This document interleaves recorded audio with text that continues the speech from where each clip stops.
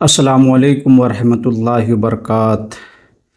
انسان کی زندگی میں جو مرشد کی طرف سے سب سے بڑی توجہ ہوتی ہے وہ یہ ہوتی ہے کہ انسان مرشد کی بارگاہ میں مقبول ہو جائے، انسان اپنے رہبر کی بارگاہ میں مقبول ہو جائے، انسان اپنے پیشوا کی بارگاہ میں مقبول ہو جائے۔ لیکن آج کل تھوڑا عجیب معاملہ ہو گیا ہے کہ لوگ قبول ہونے کی نہیں سوچتے، صرف بیعت ہونے کی سوچتے ہیں۔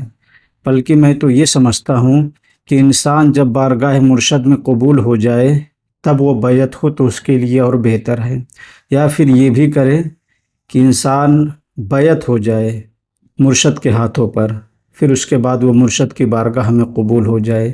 لیکن آج کل لوگ بیعت ہو کر چلے جاتے ہیں، پھر قبول ہونے کی سوچتے ہی نہیں۔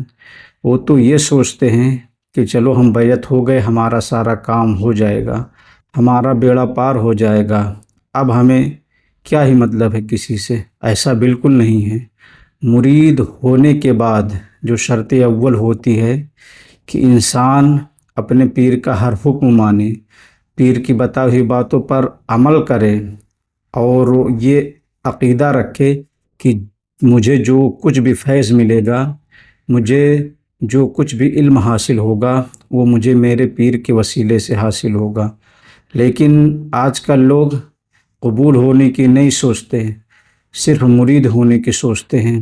بلکہ انہیں یہ سوچنا چاہیے کہ ہم اپنے مرشد کی بارگاہ میں قبول ہو جائیں، ہم اپنی زندگی میں ایسا کیا کریں کہ ہم اپنے مرشد کی بارگاہ میں قبول ہو جائیں۔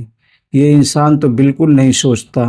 بعض لوگ مرید ہو کر چلے جاتے ہیں، پوری زندگی پھر وہ پیر سے ملاقات نہیں کرتے، پوری زندگی اپنے پیر سے کوئی رابطے نہیں رکھتے، پوری زندگی وہ اپنے پیر کے پاس کبھی کال یا میسج نہیں کرتے، جبکہ پیر ان سے باخبر رہتا ہے، پیر ان کو یاد کرتا ہے۔ لیکن وہی مرید جا کر اپنے پیر کو بھول جاتے ہیں۔ ہاں، پیر کو کب یاد کرتے ہیں؟ جب کوئی پریشانی ہوتی ہے، جب کوئی غم ستاتا ہے، جب کوئی پریشانی ہوتی ہے، تب کہتے ہیں کہ ہاں چلو اپنے پیر کے پاس۔ پیر بھی کیا کرتا ہے؟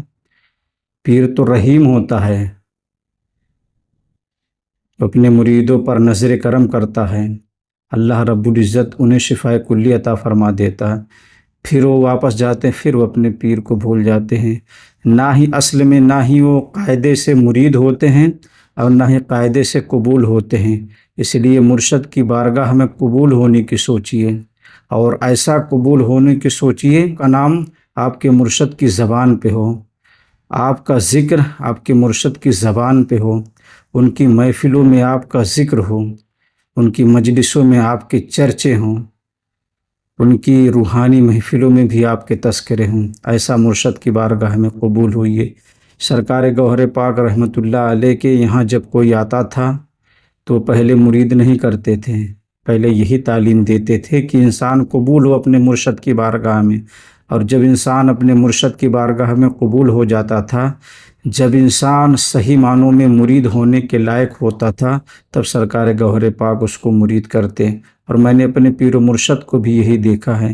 انسان جس بھی پیر سے مرید ہونا چاہتا ہے، اس سے چاہے کہ پہلے اس کی بارگاہ میں قبول ہو جائے۔ اور ایک بات یاد رکھنا کہ تسلیم کے بعد تحقیق گمراہ کر دیتی ہے، تسلیم کے بعد تحقیق گمراہ کر دیتی ہے۔ جو کچھ بھی آپ کو اپنے مرشد کے بارے میں جاننا ہو تو بیعت ہونے سے پہلے جانیے، ان کی اچھائیوں کے بارے میں، ان کی برائیوں کے بارے میں۔